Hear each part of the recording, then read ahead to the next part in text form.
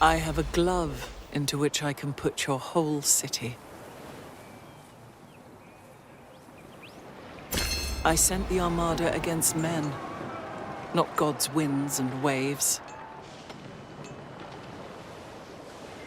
We came to serve God and get rich.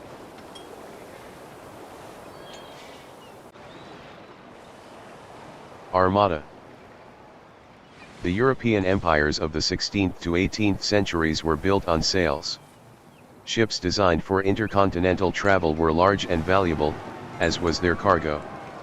But such ships could easily be converted to warships, especially with cannons now portable enough to fit on board, and powerful enough to cause significant damage to enemy ships. The Spanish Armada was commissioned by Philip II of Spain for an invasion of England in 1588. While some ships were armed merchantmen, the Armada's quintessential ship was the galleon, a name that essentially means armed merchantman. These ships could be between 500 and 2,000 tons, with double stacks of cannon. Despite these arms, the Armada was defeated by a combination of bad weather, English ships with more maneuverability, and a cunning use of fireboats, ships loaded with flammable material sent amidst the Spanish fleet.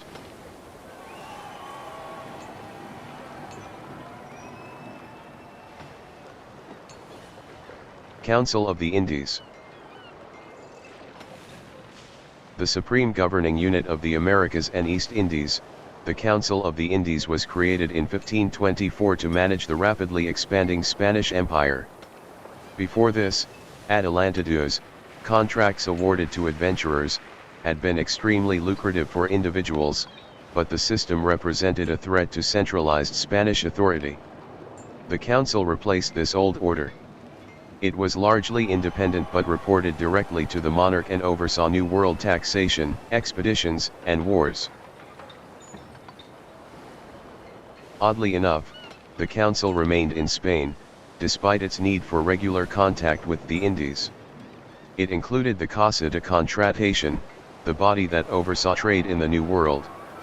At the end of the 18th century, as Europe again faced massive disruption, the council closed down.